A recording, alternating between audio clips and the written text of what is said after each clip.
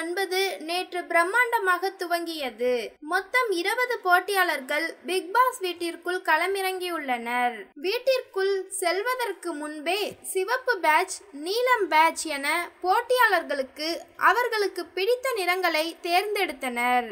இதில் குறைவான ஆட்கள் நீலம் பேட்சை தேர்ந்தெடுத்ததன் காரணமாக பிக் பாஸ் வீட்டிற்குள் சூப்பர் டீலக்ஸ் அறை அவர்களுக்கு வழங்கப்பட்டது. மற்றவர்களுக்கு வழக்கமான படுக்கை அறை கிடைத்தது. வீட்டிற்குள் சென்றவுடனே அனைவருக்கும் தண்ணீர் டாஸ்க் வழங்கப்பட்டது. இதனால் வீட்டிற்குள் தண்ணீர் தட்டுப்பாடு ஏற்பட்டது. இதனைத் தொடர்ந்து சிலருக்குள் மோதலும் வந்தது. வாக்குவாதம் செய்தனர். என்னடா இது, வீட்டிற்குள் சென்றவுடனே இப்படியா என ரசிகர்கள் சமூக வலைதளத்தில் பேசி வருகிறார்கள். இந்த நிலையில் பிக் பாஸ் நிகழ்ச்சியின் முதல் ப்ரோமோ வெளியாகி உள்ளது. அதில் ஒரு நாள் கூத்து என்கின்ற டாஸ்க் வழங்கப்பட்டுள்ளது.